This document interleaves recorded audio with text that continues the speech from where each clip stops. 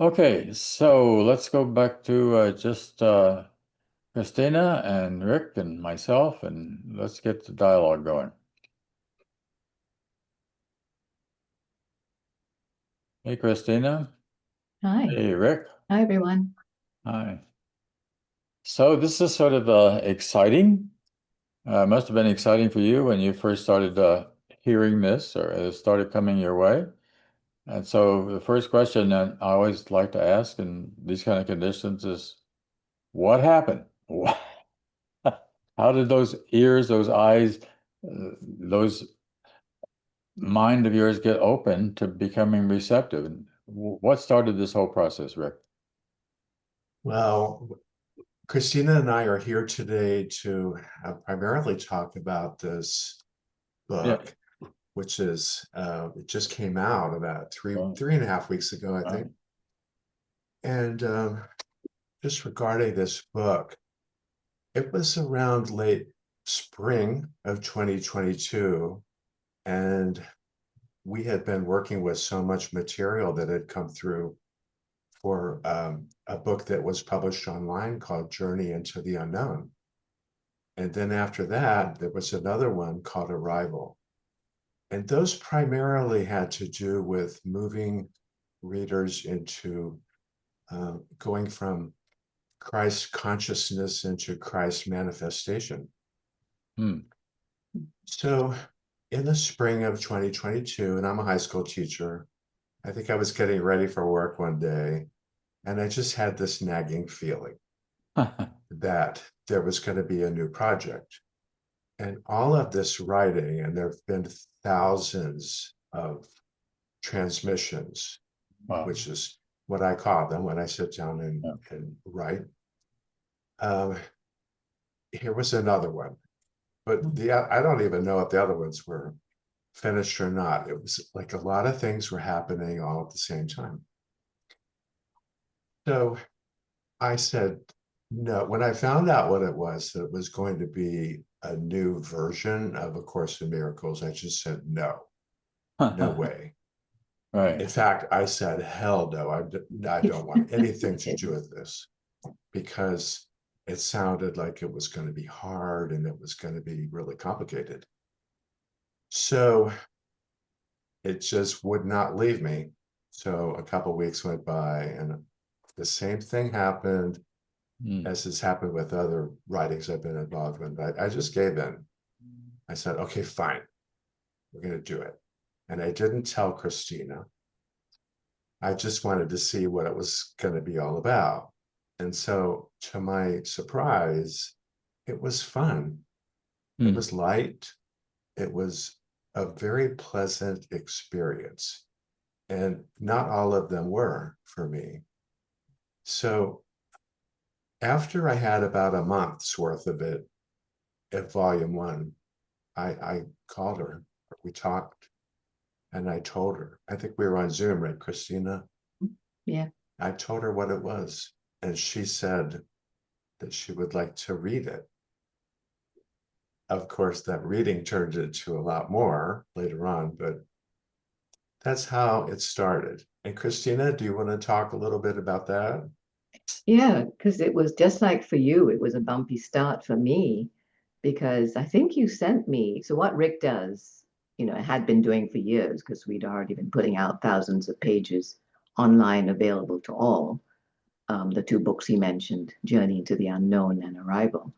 He would go to Kinko's and photocopy what he received because he writes it down word at a time on notepaper, school notepaper, you know? Hmm. So what he did was went to Kinko's and copied the entirety of Soul in the Driver's Seat and mailed it to me. I think it was Hmm. in October. It's around October, November of 2022, I think it was. I think it was in September because Okay. I thought it was finished. I thought there Mhm. was only going to be one volume. Right, right. Surprise, I mean, surprise. I wanted it to be finished. So I made a big production number out of sending it to you, like, here's everything. Everything, right. But And of course, I was completely wrong. yeah, and in fact, that therein lies one of the bumps. He sent it to me with a note that said, "This is the only copy." And I panicked because I thought he meant it was literally the only Right. copy. What he Right. meant was he has the original and this was the only copy. Right. So Right. that was the first bump. But I think whenever it arrives, September, October, it doesn't really matter. But I was already exhausted from all the work that we were doing, putting out Journey and Arrival in installments every month. And honestly, I put it on a shelf. It was like weighed 300 pounds, big, thick binder. And I'm kidding, of course, it wasn't 300 pounds, but I put it aside. And it wasn't until December I had got ill with flu or something right after Christmas, and I had space. This is how things happen in perfect timing. And I just felt the urge to pick it up and read it, and I did. And as soon as I sat down with it and read it all the way through in a matter of a couple of days. And I wrote Rick an email and said, "This is really, really important. We need to get it out there." And unlike the other two books we've done, this one also needs to be in print. But first, online as quickly as possible.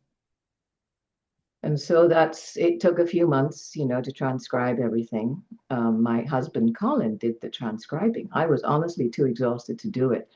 And amazingly, he stepped in because he does not read A Course in Miracles or any of these spiritual books. He's very intuitive. He knows about love, about being love, but he doesn't read. And he transcribed Wow. volumes 1, 2, and 3 of Soul, and I just could not. I was just exhausted. And long story short, Joe was already working with me, and we took it from there. I think by the beginning of August that year, we began putting out installments and haven't stopped. The final installment of Volume 1, the entirety of Volume 1 is online, and that will be out in December, so you can read everything of Volume 1 online, which is the actual not replacement, it's Jesus calls it the recreation. I have come to recreate A Course in Miracles for today. That's what he says. So it's a recreation of the entirety of A Course in Miracles in Volume 1. So, and then there's more, Volume 2, Volume 3, and Rick, you can carry on the story because you thought you were finished. So then I found out there were going to be 2 more volumes. So this was around October of 2022. And I was so mad because there was so much stuff. There were so many notebooks filled with these writings. And like I said, I have a full-time job and I'm busy. And I was furious. But after I calmed down, there were 2 more volumes. Wow. Volume 2 is, let's see. Oh, so what you sent me up front was just Volume 1. Yes, I'd I didn't forgotten send that. Volume 2 and 3 until Okay, January wow. of 2023. I'd forgotten. Oh, Wow. Volume 2 is all about the collective ego. And Okay. then Volume 3 are mirror exercises, which are for maintenance of Christ consciousness. So, okay, so the whole thing is done in 2023. The second and the third volume, we send over the computer to Christina, and the whole thing's done. And 2023 happens, and I'm still receiving material for Arrival. But anyway, I've pretty much forgotten about all this stuff. This book, I forgot all about it. I had no idea what was in it because I never do. Sitting down and writing down this information is not something that's going to produce a strong memory. It's here. I read it over real quick. It's done. So this was done. And Christina was going to be giving this a good home. I trusted her 100%. And she had a website going by July of 2023. So, okay, so this has a home and it's reaching an audience. And then I find out it was like a year later in 2024 that there was going to be one more part, which was going to be for journaling. And I wasn't mad. I was at that point, I was like, oh, whatever. I was whatever. So I just, okay, fine, we're going to do it. And then I sent it to Christina, and then both of us forgot about it, because then when this issue came up about putting it out in book form, I didn't even remember that there was such a thing. And Christina, what is your recollection of that for Soul Companion? Well, I think we were focused on what we were already doing, putting out their monthly installments and also exploring how we were going to get it published and trying a couple of things, exploring things. And yeah, I honestly, suddenly it came forward at the beginning of 2024, right? We remembered, somebody remembered, I don't remember who remembered. And at that point, Lee, who's on the call, Lee's the editor of the book, Soul in the Driver's Seat. She's a dear, dear friend from my corporate days. Years ago, we've worked together for a long time on various things in my tech days. And she stepped in to transcribe that, Soul Companion. And so it was 4 parts, it ended up being. But it was, and Rick is quite right. We kind of forgot about it. Yeah. So that's the writing. So can we talk a little bit about what it says? What does it say? Well, the first volume is, it has a lot, I guess pretty much it has a lot of the same kind of topics or concepts as A Course in Miracles. We're talking about ego and soul dilemmas between the two. And then the second volume is really interesting. It's about group souls, not souls, but group egos, Oh, and how living here in this reality is so difficult, because not only are there individual egos to deal with, but also there are many, many group egos, wow. which have a great deal of power in keeping the illusion in place. So if Right. a person was wanting to awaken to the reality of them having a soul and being a soul of God, these group egos just make it so much harder. And then in the third part, volume 3, it's maintenance exercises so that people aren't feeling like they have to read and do the reflections over again. They can do something new, and they can approach it in a new way. And I think those are monthly and weekly exercises in order to make sure that you're really grounded in soul. And then finally, Soul Companion is all about journaling. It's 2 years of journaling. It follows the same things as the first 2 years. Every month has a theme, so it follows the same themes.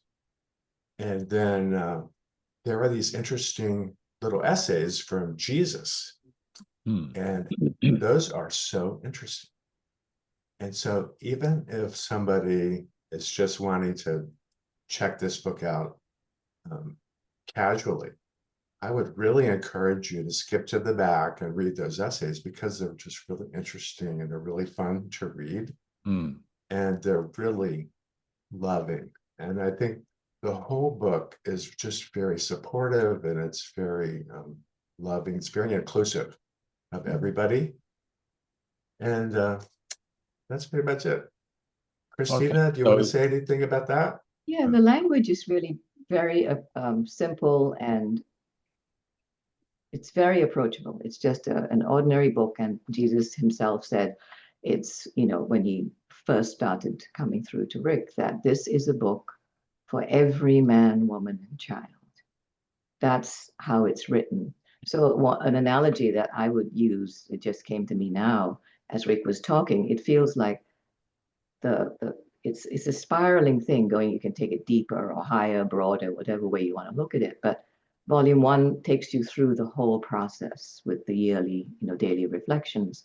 And then volume 3, which is the weekly, monthly refresher, takes you through that spiral again, but you're hitting a higher octave with it, or a deeper understanding and more difficult questions that you're being asked, very specific to your life. And then the third time around with the journaling is deeper still. So it's almost like you could look at it as volume 1 is like graduating from high school. And then, volume 3 takes you through like college or something. And then Soul Companion is your PhD level. It's not really like that, but it's a way of thinking about deepening and deepening and maintaining till the point at which your soul and your ego are merged. The ego is simply that little bit of organic structure that is needed to live in your body as a human being of love, walking the world as a divine human being. But go on. This book is really interesting because no two people's experience of it, and it really is an experience more than just reading a book. Yeah. No two people's experience of it will be the same. Because Christina's life experience has been very different from mine. Sure. So it's almost like Christina has a book for Christina, and I've got one for me. And Jon, you have one for you, because our answers to all of these daily reflections are going to be very different. And this is a life review, actually. It helps you to review everything, even things that have been deeply, deeply repressed, and you just don't want to think about them anymore. They just come up to the surface so you can let them go. And that's how come you can become more soul dominant over time, is because you're just gently letting things go. You're seeing things in a new light, and you're letting things go, and you're understanding other people a little bit better. Thank you. So there's a kind of a purification process in that sense, like you're letting go ego so that we can move over to soul. Is that kind of what you're talking about? Absolutely. Oh, okay. Yes. Well, to soul in the driver's seat, and the ego is right up in the back seat, available to help you jump out of the way if a tree branch falls on you or a car's about to hit you because you're in a body. But the soul is driving. So Ken Wapnick once said that the central teaching of the course is your choice. Right, so there's a choice. So it sounds like what you're saying is that this is choice between soul and ego. Can we say it that way? So Yes. then the question is, what determines that choice? I mean, you, but I mean, what's there's got to be a willingness to make the change in there somehow, right? Is that part of the process we're talking about here? You said it was very interesting. So give me an example of something that's interesting. Well, A Course in Miracles for me was all about becoming aware of my choices moment to moment. That's what I'm talking about. Fear and love. And that absolutely is the core message. Absolutely. Yes. It's just done in a very much simpler way and relating it instantly to your daily life. Like this morning, I picked up the book because I was wanting to look at what it said on grief. And the questions very much bring me to what it's about for me, because there's, what are the tears about? And it's very, very present in that way. So it's all very much to do with living your life here, now. But the same question, absolutely, fear or love. Yes, and that's the questions are asked in such a way that if you're willing, you'll examine those choices, because it's also showing you how much of what we do, as Rick said earlier, is influenced by the collective ego and the rules and societal norms and all kinds of things, which put people into boxes. So it's really all about unity, with the unique expression within it, but the joining. So by collective ego, I mean like in a religious sense, I'm a part of a group of one sort, or a political sense, I'm a part of a group, or how do we look at what the collective ego is? There are so many. Yeah. It could just be two people. It could be a small group. It could be a large group. Could be a They could family. they could be for something. They could be against something. So, but the group dynamic, because we're social animals, is very much a part of our reality here. All right. And so I think that volume 2 does a really good job of explaining that to us. And so I'm really happy with how that turned out. Mhm. Yeah, and it's a fairly short volume, so it's not, the real meat of the work people will do is, and it's a refresher for all the people. It was a huge refresher for me, who came to A Course in Miracles in 92, I think it was. A wonderful way to revisit everything. And all of that's in volume 1, and then the rest is new stuff, which is interesting and takes you deeper. So um, it's for all audiences. People who have been with A Course in Miracles for a long time will find it refreshing and uplifting and light. And perhaps there's more clarity for me in a lot of the places that I've read. And people who've never, ever looked at a spiritual book and wouldn't consider picking up the original Course in Miracles will be able to get the same messages, the same transformation, the same choices will become clear to them because the language is so simple. Hmm. So it's a for today. Jon, I have to add this because I read your newsletter this morning that you sent out, Oh, as I always do on Sunday morning. all right. And you mentioned how you at one point you asked Ken Wapnick the question, why now? Why did this book come now? Right. And his answer was, well, we had to have Freud and Jung and Adler first to even identify and make us aware of the ego. Right. And once that's done, and that's in the collective vocabulary, and now this book came to show us how to become aware of it within ourselves and work with it and all the rest of it. So my sense of why this book, and things come in their own time, at perfect timing for the age humanity is in. And this book came now because of all the work so many millions have done with A Course in Miracles for 50 years or more. It was published 50 years ago, but it had been around for 60 years.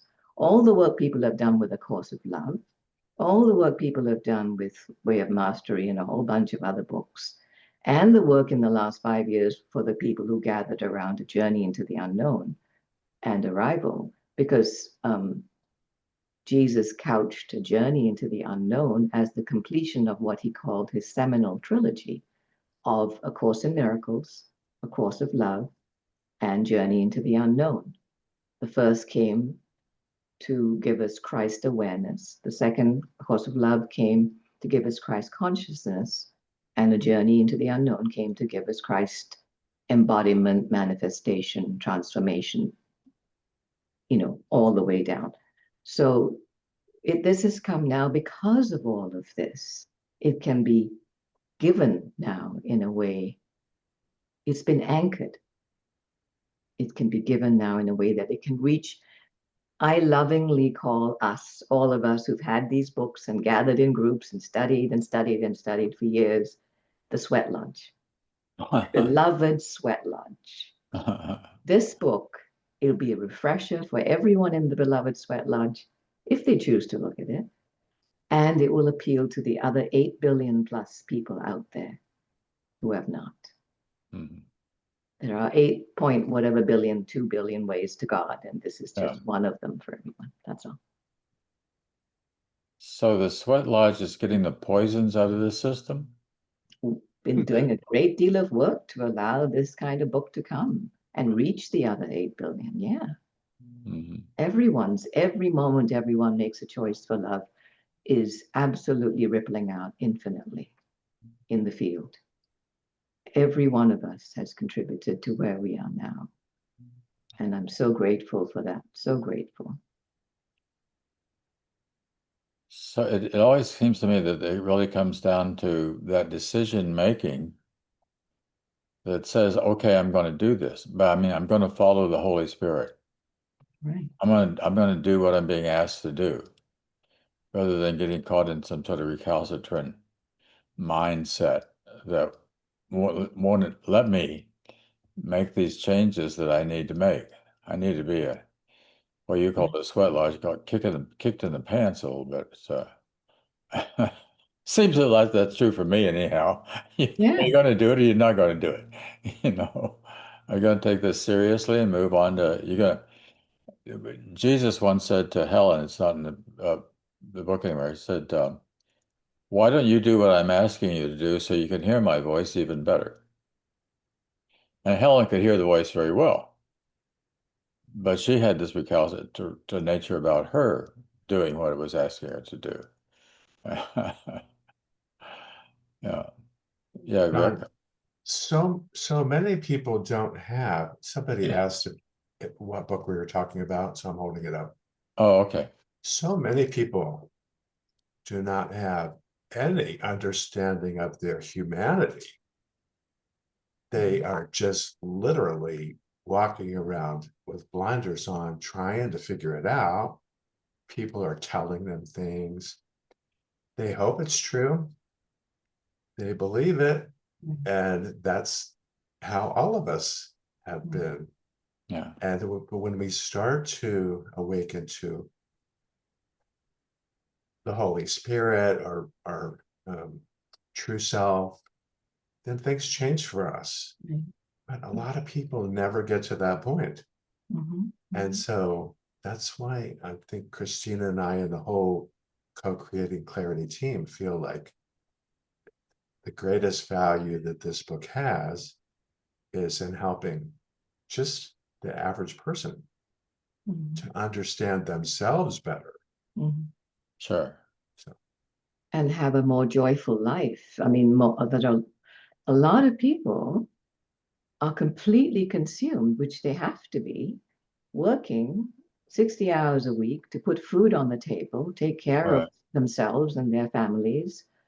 And they don't think about these things. And why would they? Because life is hard, you know? And yet, this, if it can, I mean, and so that's why they wouldn't necessarily pick up the original Course in Miracles. You know, it's a heavy book Yeah. in content and in weight of itself, you know, to hold Right. in your hand. Right. And so one of the things we did, and this again, one of those, we called it, you were talking about synchronicities earlier. It just never intended to do it, but just this year. So this, I got to tell this little story. Colin came along and showed me, there was a podcast, they put out this big report because they work on cybercrime prevention in his little company. And he said, listen to this podcast, because I read the report, looked at it. I didn't read it. It's quite hard to understand. But he said, listen to this 15-minute podcast. And I did that. And I thought, oh my goodness, it explains everything to me that was in that report. And metaphors that help me understand it, because I don't know that field. I'm an ordinary person trying to understand something quite dense. And this podcast was amazing.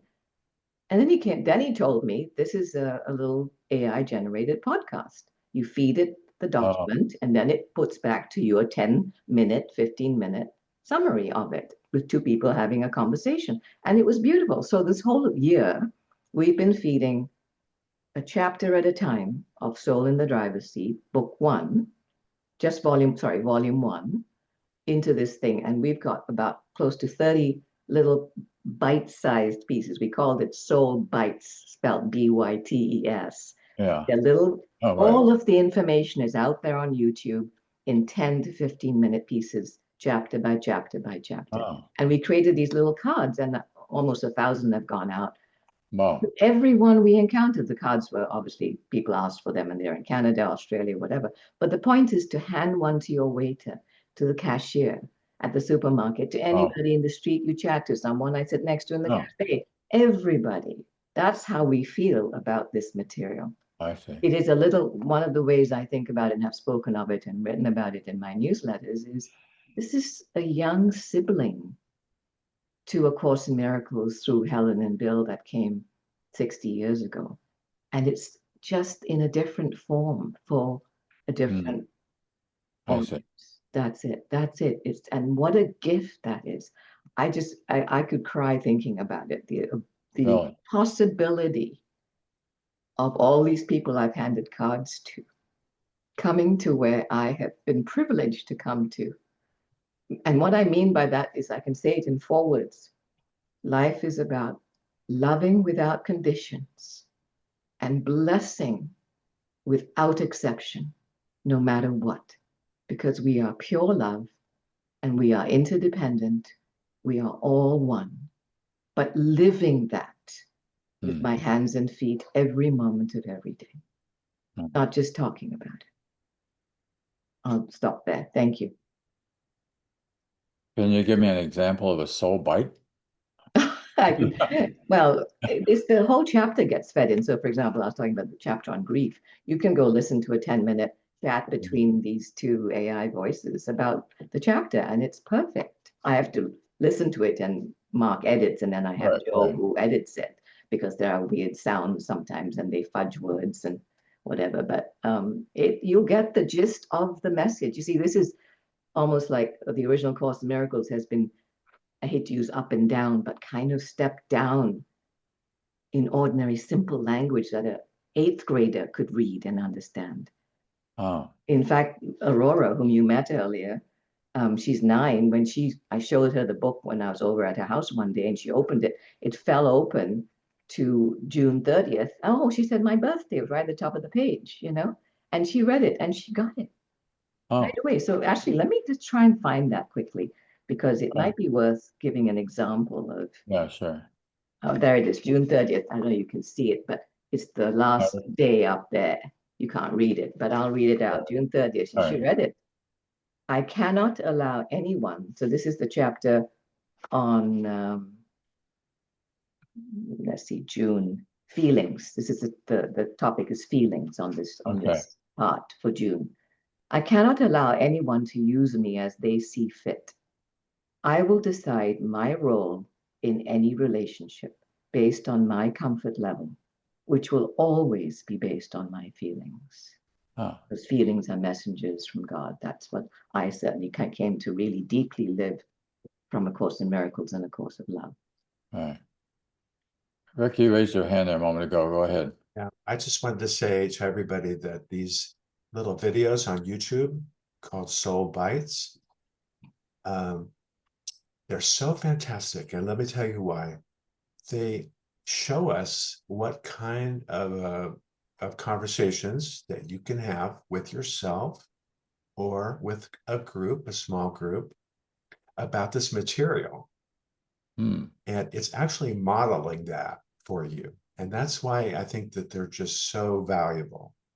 But another thing is, if I didn't know anything about the book and I was just watching the video and hearing these robots talk about the book, I would want to read the book because they are bringing this enthusiasm. And they're just saying, oh, this is so interesting. And it really cultivates that within me. So I just wanted to say that I just love that part of the website and the offering that Co-Creating Clarity has put out there, because it's really very valuable, I think. I see. And it's not just enthusiasm. They are skeptical too. They say, well, that's a stretch, that's a bit out there idea. And then they talk about it, so it's very real. It's very real how people would respond. Do you ever go back and read it yourself with a little bit of surprise as to what it said? In terms of the application of the ideas, it all comes down to application, doesn't it?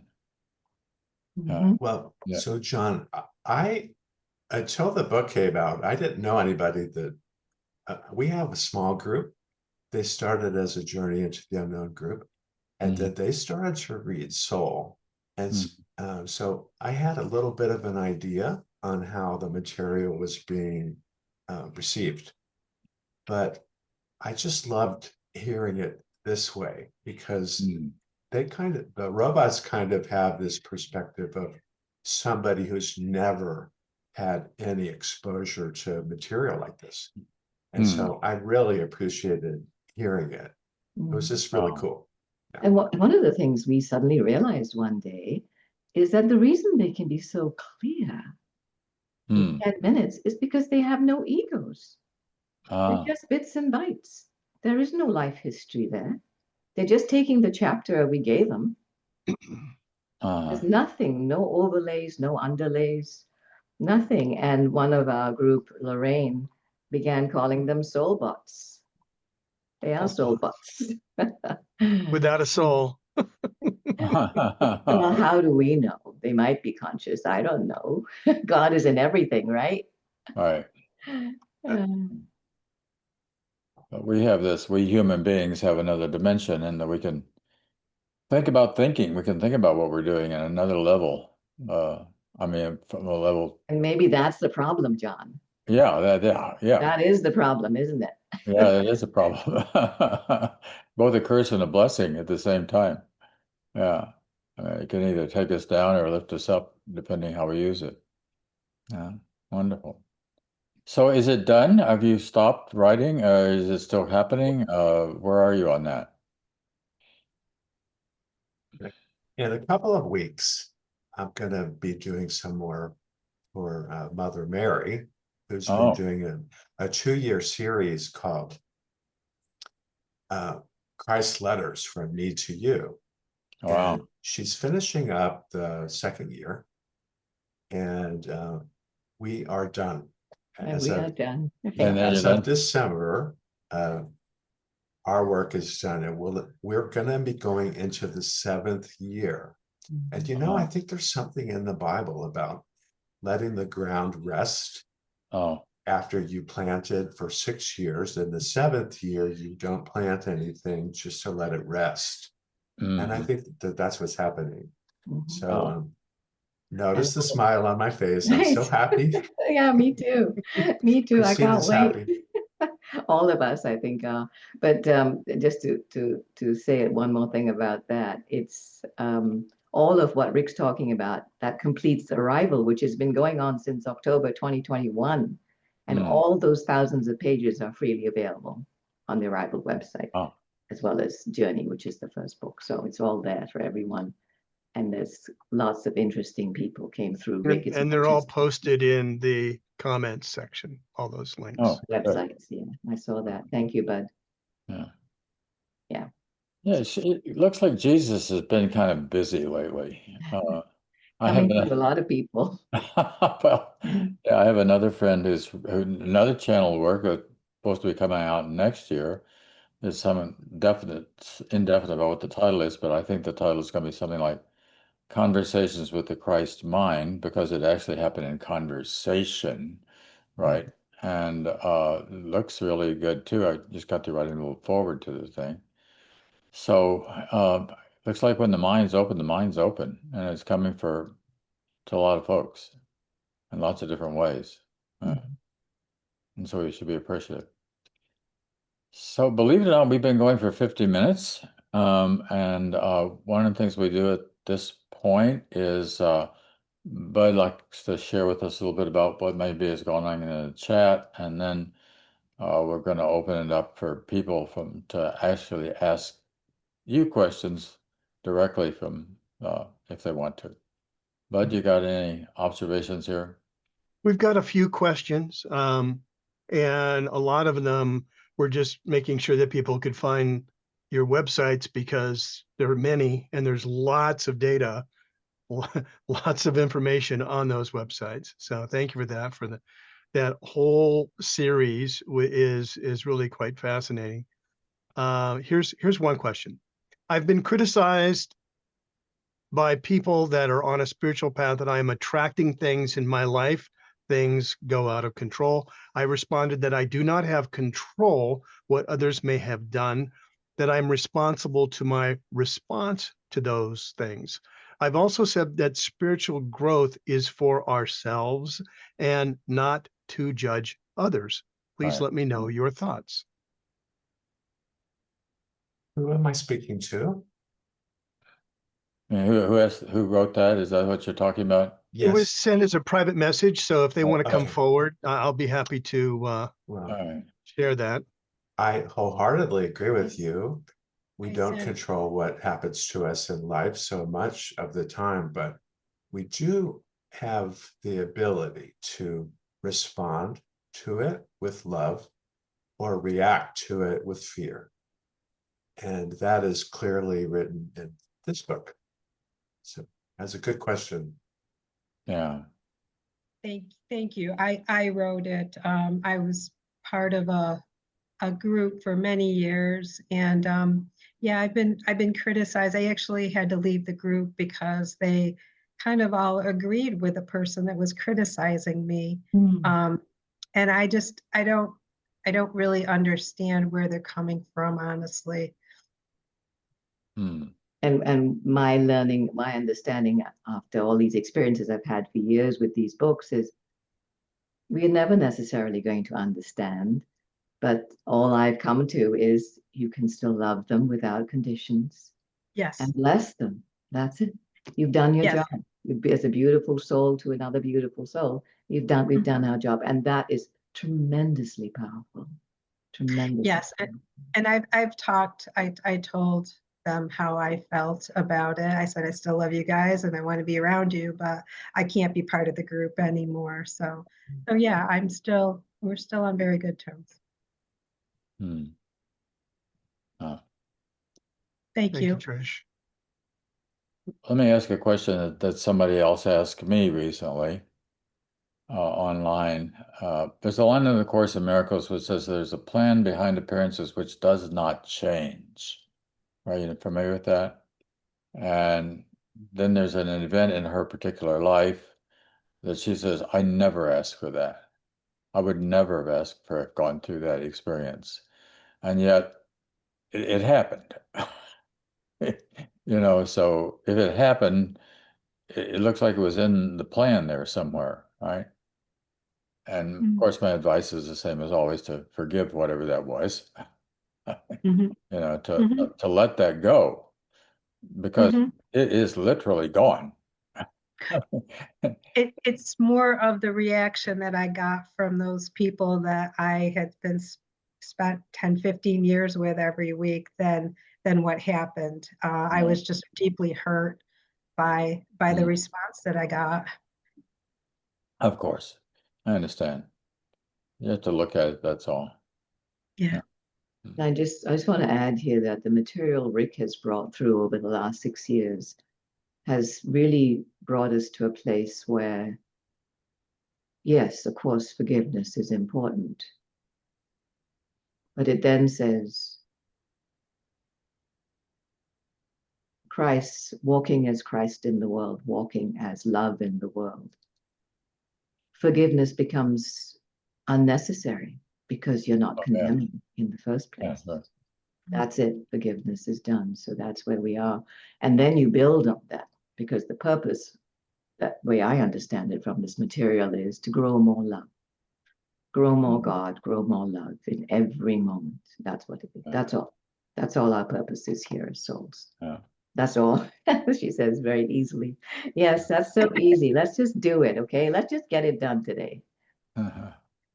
We Thank can. you. We could. Wholeheartedly, as a course of love taught me. The Course in Miracles is very clear that God does not forgive because God never condemned in the first place. Exactly. No condemnation, no forgiveness is necessary. But we have to get to that point of ourselves. That's the real challenge. Yeah. It felt like a very big separation when I've been criticized. That I think is what bothered me the most. Of course. Yeah, sure. And that's where the holy instant comes in so importantly, that taking that breath and bringing yourself present to that moment and present to your own love of and who you are. And in that moment, it's easy. Thank you. Yeah. It's one of those tests we meet along the way. And how do So we have another question. This is from Jack.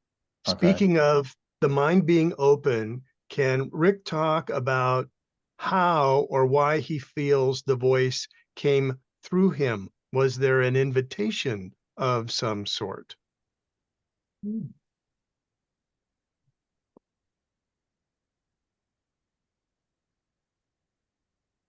I would say that I don't know.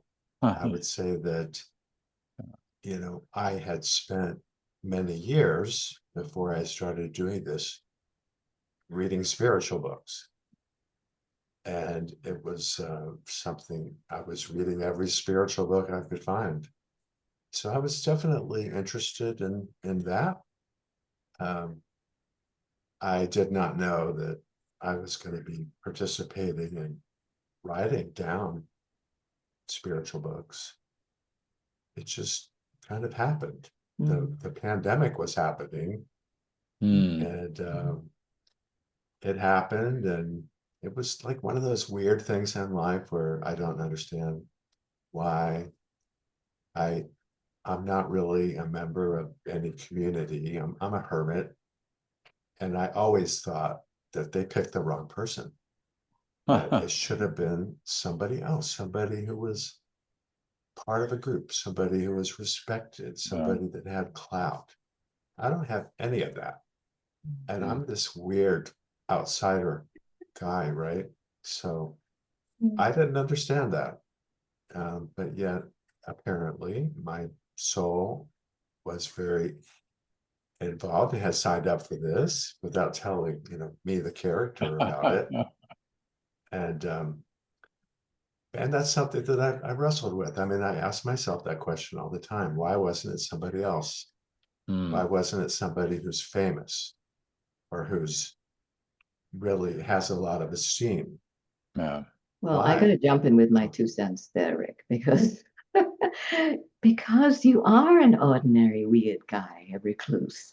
It's because you're just an ordinary person, but you're extraordinary. Everybody is ordinary and extraordinary at the same time. So the voice, I mean, you were sitting up at night. You were willing for sure. Somebody wrote that. I love that. But it's like, if it came from somebody very famous and learned and published or something, it may not reach the 8 billion. But you're just the guy who lives in San Francisco and teaches the most challenging children and high school kids, you know, from age 14 to 18. And similarly, I mean, at that point, when Colin stepped forward to transcribe Soul in the Driver's Seat, he'd never read any of these books, but he loved it. He actually loved it. And he and I have been doing every daily reflections ever since, you know, the installments come out, just talking about it, you know. And so it's for everyone. That's the thing, Rick. So yes, stop worrying about that, okay? You are perfect. You are perfect. Everyone's in their role perfectly in every moment. Because you're extraordinarily ordinary. Exactly, as is everyone, with a unique contribution to make, which is essential to the whole. You know, Helen once asked Jesus, why me? Right? And Jesus' answer was, because I knew you would do it. I mean, you did it, didn't you, Rick? I mean, you actually did it. You actually sat down with pen and pencil or right hand and let it come through. So here it is. It's amazing. Good stuff. I think we probably should all recognize that that's available for us. I mean, the Course really is, keep saying, when I say Course, I'm talking Course in Miracles primarily, trying to help all of us get to the point of being able to hear better. I mean, to get the guidance. And not only to get the guidance, but then to also, of course, follow that guidance. That becomes the big thing. All right. Okay. Brooklyn wants to raise her hand. You want to share, ask a question, Lynn? Namaste, mighty companions. Thank you so much, Rick, Christina, Jon, but everybody. I'm so grateful to be that this is real. And I'd like to share a little love. I wrote a poem. Okay. And it was in a holy instance. And Well, let's hear it. okay, I call it Hearts Aflame. So grateful, love, for your depth. You are here in all forms. Symphony sings, nil of regret. The doors passed through are forgiven. Beautiful core remembers now, a masterpiece tuned in grace. We are here as all there is, hugs to all that seem to be. Good, man. Thank you, hon. Thank you. I'm so grateful for us. Yeah. For us, yeah, that's the whole thing, Yes. isn't it? It's for us. It's not waking up together, as Glenn might say. Right. We're walking each other home. Right. Yeah. Absolutely. Yeah. I have a question for Rick and Christina. So you talk about, and I have the book, I have the Kindle version of Souls. I haven't gotten very far through it yet, and I will. But my question is, you talk about collective egos, right? Is there such a thing as collective souls? That's what we're doing. We are strengthening our collective soul in the one self. And so that's what all of us on this call are doing. That's what so many people are doing around the world, no matter what kind of path that they're on, spiritual path that they're on, is we are, helping our own soul to take control of our mind-body vehicle. And in doing so, we're strengthening the one self. So that's why this work is so important. And every time that you go into the holy instant, or you're in meditation, or you're reading something uplifting and spiritual, then you are strengthening all of us. So we are here, and we are very strong. But maybe people don't know it, but we're here. They just can't see it, and they can't see how strong we are. But that's what's happening. That's what's been happening with the whole movement from Christ consciousness with the Course of Love, and then going into Christ manifestation or Christ embodiment. We are each individually becoming stronger, and also collectively. Good question. It's interesting that this is happening at the same time that the world is in a bit of a chaos in more than one place. And now we need this as a kind of balance to see that there's another alternative. There's another way of seeing, right? We don't have to go crazy. We don't have to let the ego rule, which the ego obviously is very much trying to do. No. And Jack added a question. Can you address the role AI has played in your work? Does AI have an exponential effect on your process with awakening? There is no role that AI has on this book. The AI had to do with some special videos that were made called Soulbots that demonstrate how to have conversations about the material with yourself and with others. But I will add this, that in Soul Companion, which is the fourth part of the book here, it's towards the end, Jesus talks about AI, and it's really interesting. So I'll leave it at that. I just skipped to the end now. Gee. Yeah, me, I'm feeling the same way. I read up through the first 50 pages, but I didn't get that far. But even back in Journey, Rick, somewhere in Journey or Arrival, I can't remember which one, Jesus talked about the ego being the original AI. This was years ago. Yeah. But That's so apt. That is so apt. Oh my goodness. Oh, I wrote an article on that for a couple of Sundays back, because I know, I saw that and I thought, oh yeah, this is what's being said in the work Rick's bringing through for a long time ago. Yeah. that's what AI is. It's artificial, and the ego is artificial. I noticed the word artificial. Right. Align that, intelligence. It's got intelligence, but it doesn't have a soul. But here's the thing that, John, I want to say that You know, one of the things this work has done for me is all of the books, really, Course in Miracles, Course of Love, and everything else, Journey, Arrival, and so on and so forth. There's been, and Oneness by Rasha is another book that's really important to me, is to begin to see the ego with the eyes of love. So a lot of the language we use is about getting rid of the ego. Right. You know, getting rid of it. And that is actually, to me, a sort of a separation thing. Right. It's not bad. And that's why I keep, and we talk about this if people ask me, it's about this, who's in service to whom is the only Wow. thing. It's the ego driving and the soul shackled in the back seat, which is really how Jesus has talked many times about the soul's heartbreak, heartache of not being listened to. But the ego, as I said earlier, is still there and loved into the light. It's not destroyed, it's not banned, it's not shunned, it's not separated. It is brought in, and ultimately the goal is to merge soul and what organic ego we need to live as human beings. And that's when they use two phrases, soul emergent and soul dominant. And that's the journey for all of us, for all these beautiful fruits, where just some of us are riper than others. That's it. There's no comparisons to be made. All are perfect and whole wherever they are. Yeah, if we have an ego, analyzing an ego, what we got is a war. I mean, we've got to fight with the love is missing. So without the love, then whatever that situation is doomed. Yeah. Yeah. Wow.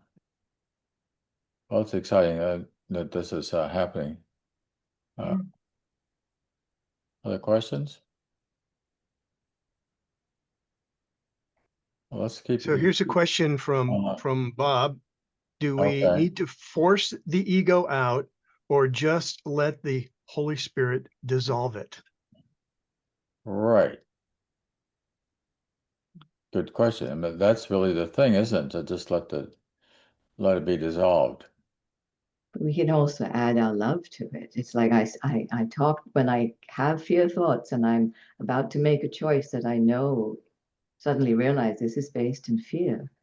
It's like welcoming in the fear, welcoming in the ego and saying, ah, I see you. You have taken care of me so well for so long, kept me out of danger. You brought me to where I am. Now's your time to rest. Here, climb in the back seat. Here's a blanket. Here's your favorite snack. Hang in there.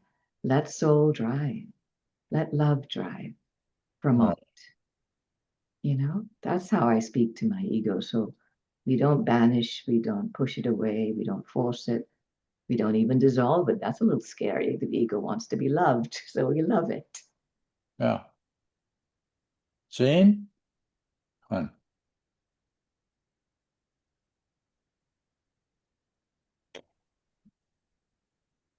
All right. Okay, good. I'm unmuted.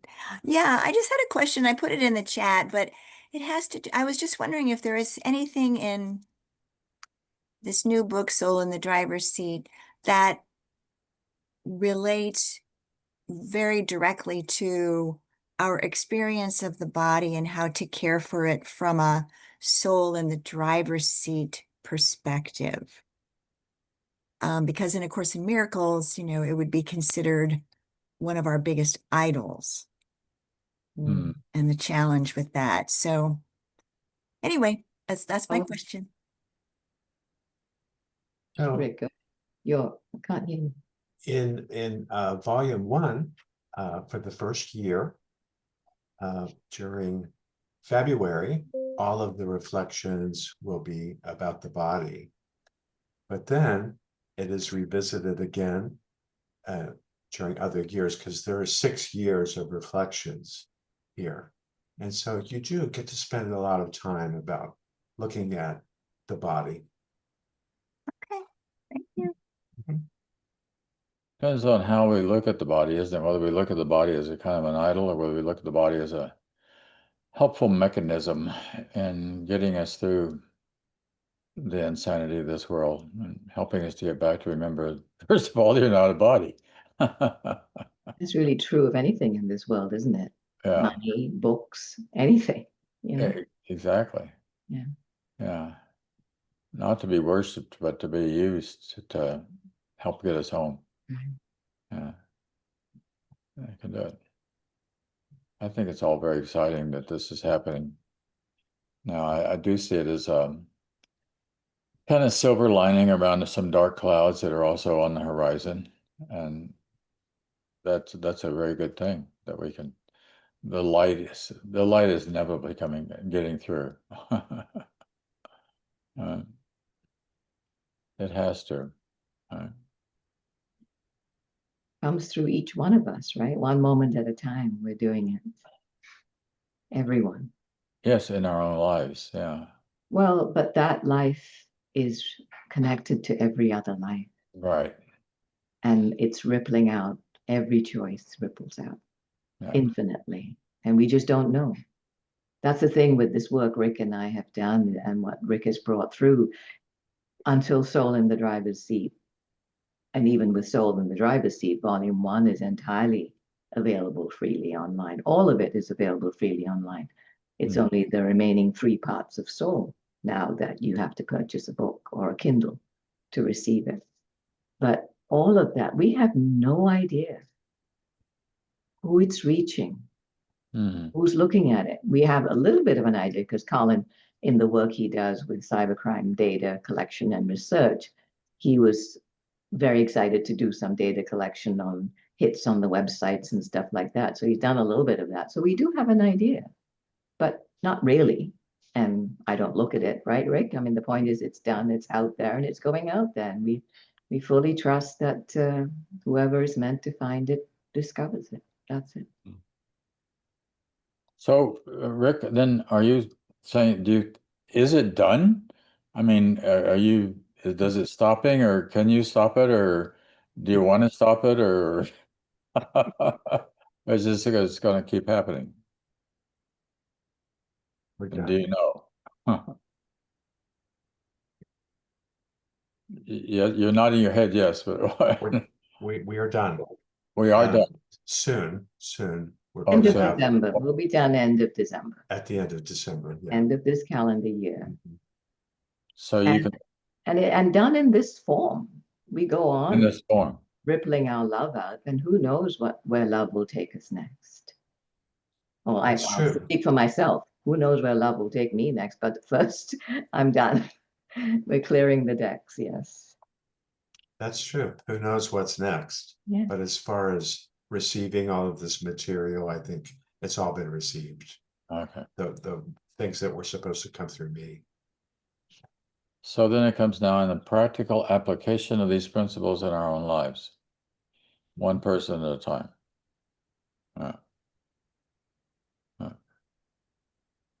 Well, what I'm enjoying lately, what I've been doing in this class I'm going to be teaching next year, is see the amalgamation and where they come together, and where the Course in Love and the Course in Miracles are so saying the same kind of a thing. There's no contradictions.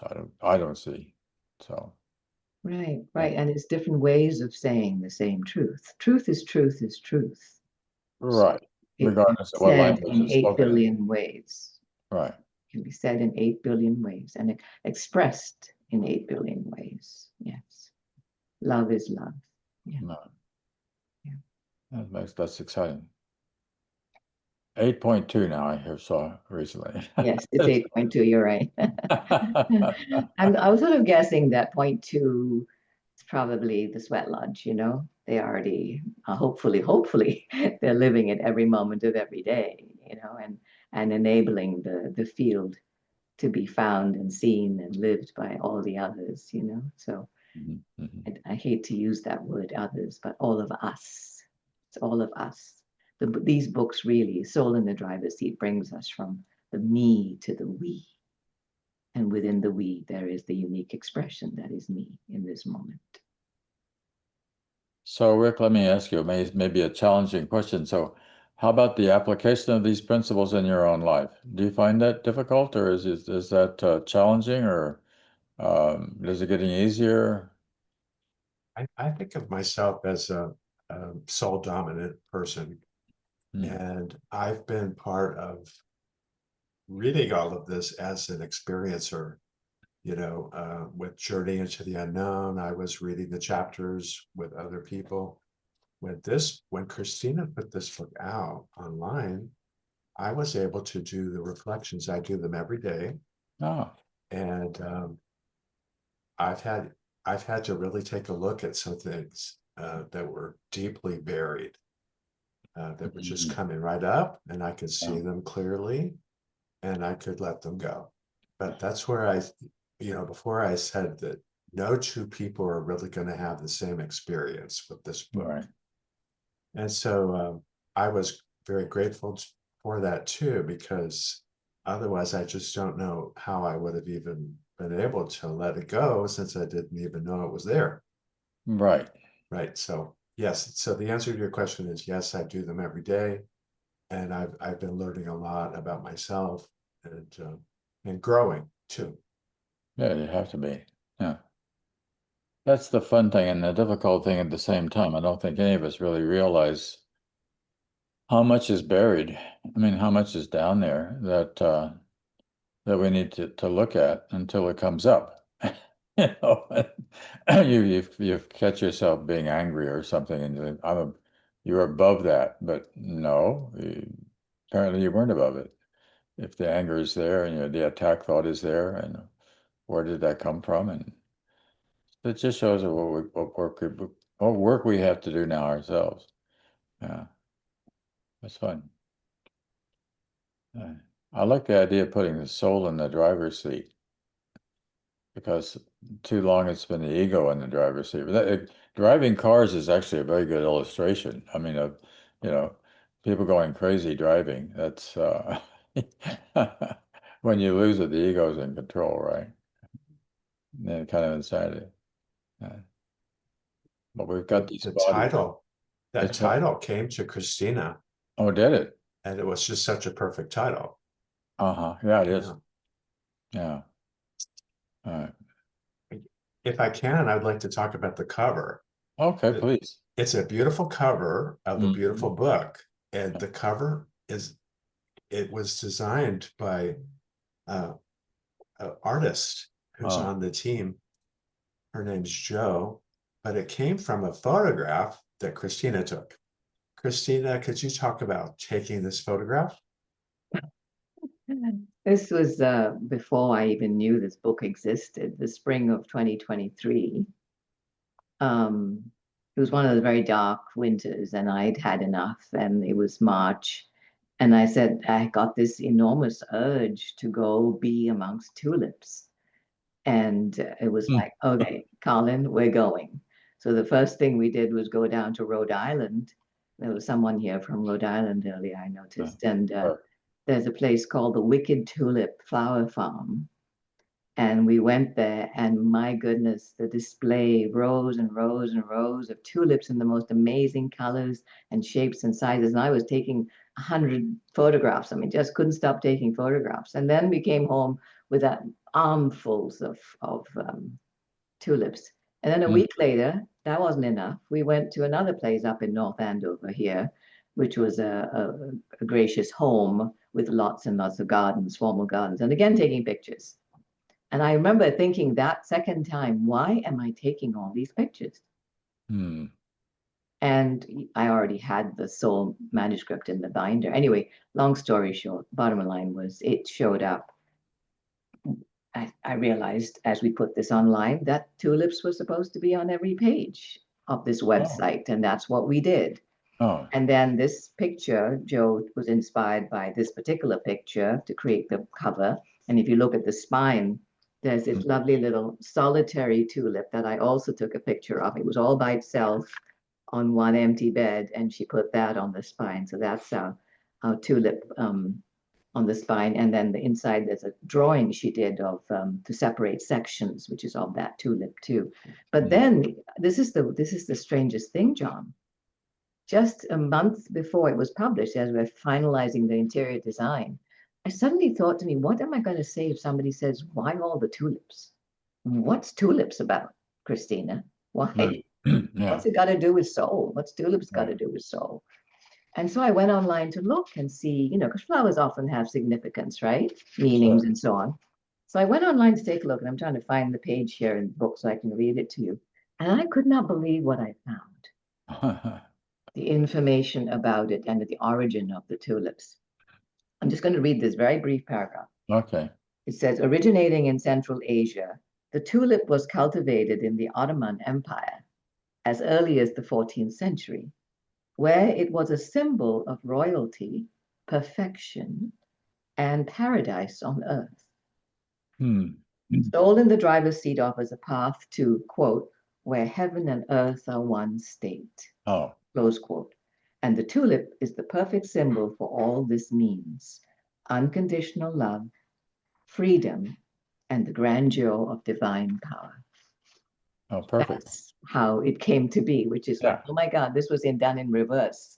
Tulip Right. photos first, the experience first, and then what it meant. There you go, bud, with the synchronicity. Or- Yes, Yeah. beautiful. So Yeah. that was fun. That was fun. God winks. Good. Does anybody else have a question or anything? Yes, Claire. Come on, Claire.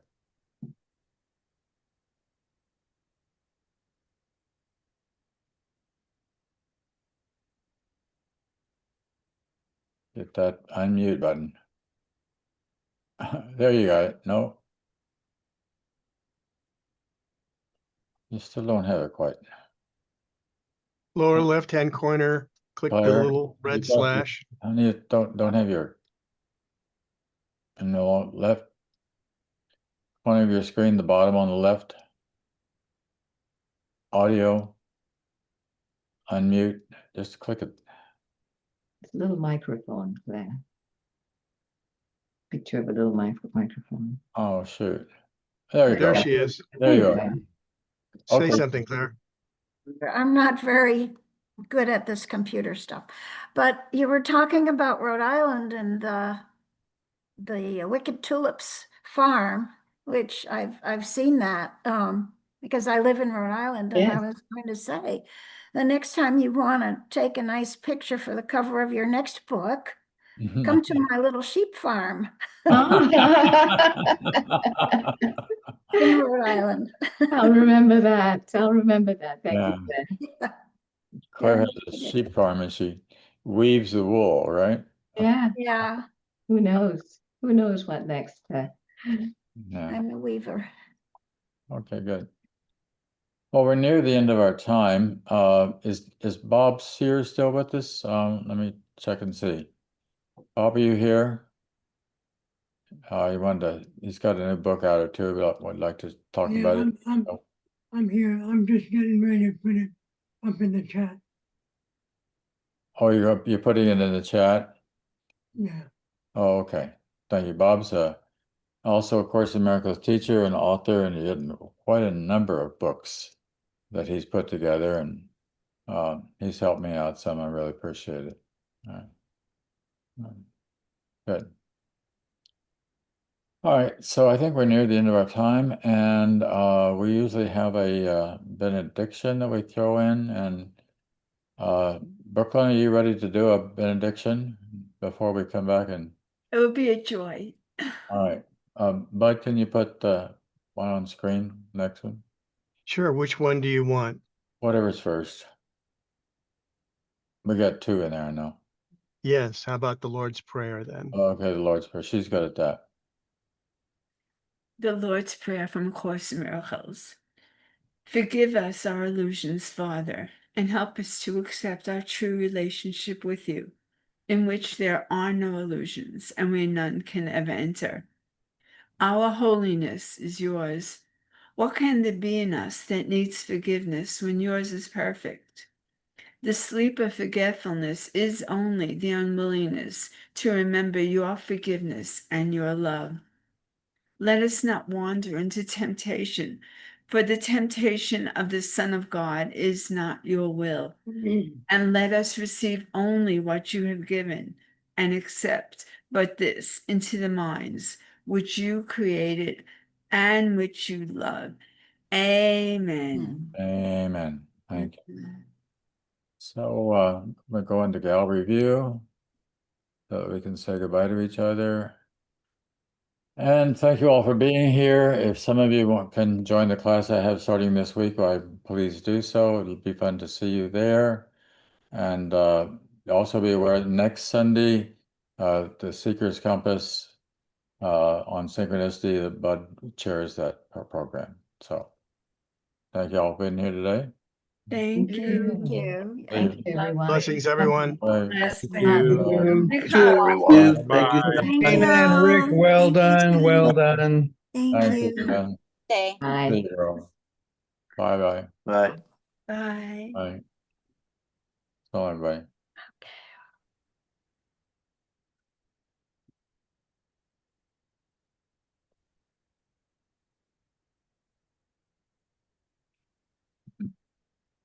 Well, we'll miss you next Sunday, John. Yeah, can't be in two places at the same time. Yeah, no, or three, it seems. Yeah, three. That would have been three, but that's between Yeah. because the thing in England was they wanted me there too, but Right. That's what I was thinking is they got Yeah. England and you got the conference and yeah. So it must be the fall when all the activity you know, things go a little quiet in the summertime for a lot of people and then Yeah. it just goes back up and it'll be that way for a while now. yeah, just like going back to school again after the summer break. It is interesting how that's kind of programmed the whole. Yep. I mean, I never understood why school started in September. Well, when I was a kid, Other than the harvest, I mean, oh, that was it. That was it. You know, we got out of school in April. So April. Okay. yeah, So you so can we work had- farms and yeah, get ranches. planting, yeah. And Well, April. Oh, okay. I see. Interesting. yeah. I'm sure they don't do that anymore.